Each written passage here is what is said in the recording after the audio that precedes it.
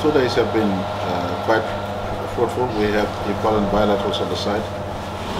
My bilateral meeting with Palau, Loughman, Solomon Islands, Fiji of course, and Australia this morning.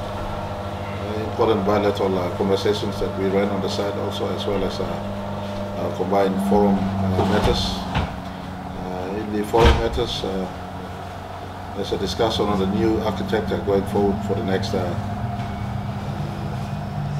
50 years. It's called 2050 strategy for the Pacific Island family. So Papua New Guinea's contribution to this must be made. And so representing the entire country, we came here to make important contributions to this new architecture of PIF going forward. Amidst those, we have issues with the Pacific Island families. The Micronesians have been protesting in the way which Pacific Island Forum members conducting business. Today we realized that Kiribati has tended the withdrawal from the Pacific Island Forum. However, we made sure that the olive branch was made available for Kiribati to not to leave but to join back into the family of nations. 18 of us together, collectively, we can be strengthened to harness benefits that the region contains. From Papua New Guinea perspective, our conversation simply was that it must not be business as usual in the historic PIF sense. Mobilizing combined resource of the Pacific, we have sea resources, and of course up in the airspace and our land resources. Combined, the resource should be mobilized. And my contribution to our conversation in this meeting was that the Pacific Island member nations must not be poor anymore. We have enough, for instance, in our marine resources, 60% of the entire world tuna supply comes from the Pacific waters. And how can Pacific nation be poor when we have abundance of resources?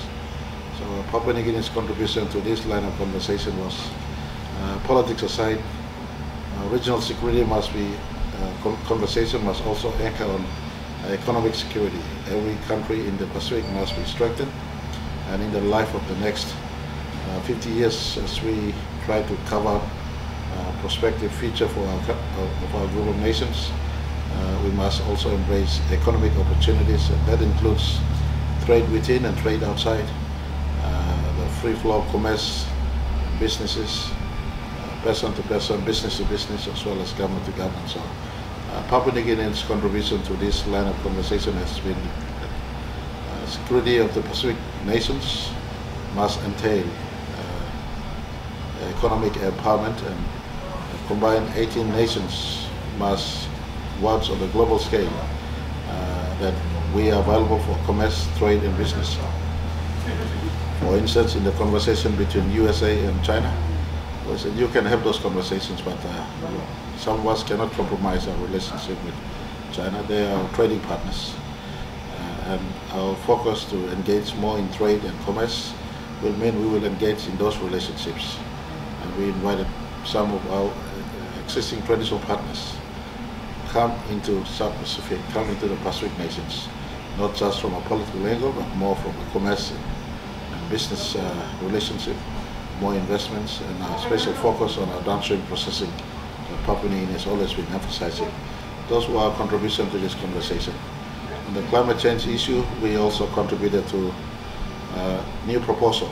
That proposal is not for climate change refugees, but for economies who have caused the global warming and are responsible for much of the climate change related issues that we are faced with. We ask those dollars to come into small island states and small island communities. We could assist in reclaiming land, putting buffers, and not getting people out from the local communities, but allowing them to be settled in their own community with land reclamation. And those are our specific contributions to these discussions that was held here. It was important we attend this meeting. Papua New Guinean presence is always sought, and it was a full house, with the exception of a few of our Micronesian nations who chose not to attend.